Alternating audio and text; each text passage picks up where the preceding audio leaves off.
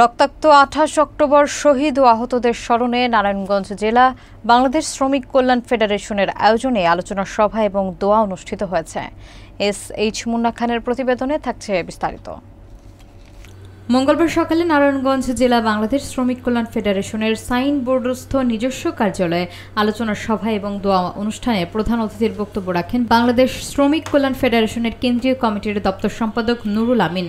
বাংলাদেশ শ্রমিক কল্যাণ ফেডারেশনের নারায়ণগঞ্জ জেলার সভাপতি আব্দুল মান্নানের সভাপতিত্বে এবং সাধারণ সম্পাদক মোহাম্মদ রেদওয়ানুল আজিমের সঞ্চালনায় আলোচনা সভায় বিশেষ অতিথির বক্তব্য রাখেন বাংলাদেশ জামায়াতে ইসলামীর জেলা কর্মপরিষদ সদস্য মাওলানা মুজিবুর রহমান, বাংলাদেশ জামায়াতে ইসলামীর ওয়ার্ড সভাপতি মোহাম্মদ সাইফুল ইসলাম, বাংলাদেশ শ্রমিক কল্যাণ ফেডারেশনের ফতুল্লা দক্ষিণ সভাপতি আজিম উদ্দিন বাবুল, জেলা সংগঠনের সাংগঠনিক সম্পাদক এবং সোনারগাঁও উত্তর সভাপতি হুমায়ুন কবির সহ আরও অনেকে।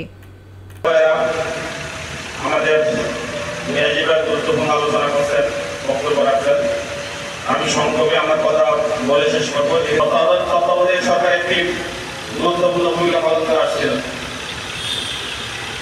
স্বাভাবিক প্রক্রিয়ায় ক্ষমতা হস্তান্তর আমরা দেখি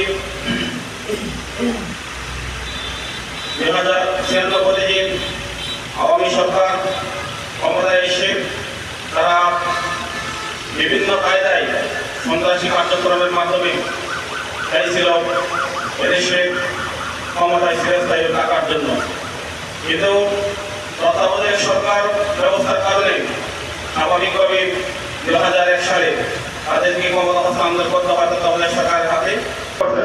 তারা বোমা ফাটানো, জঙ্গিবাদের নাটক করানো, অনেক কাণ্ড তারা সেখানে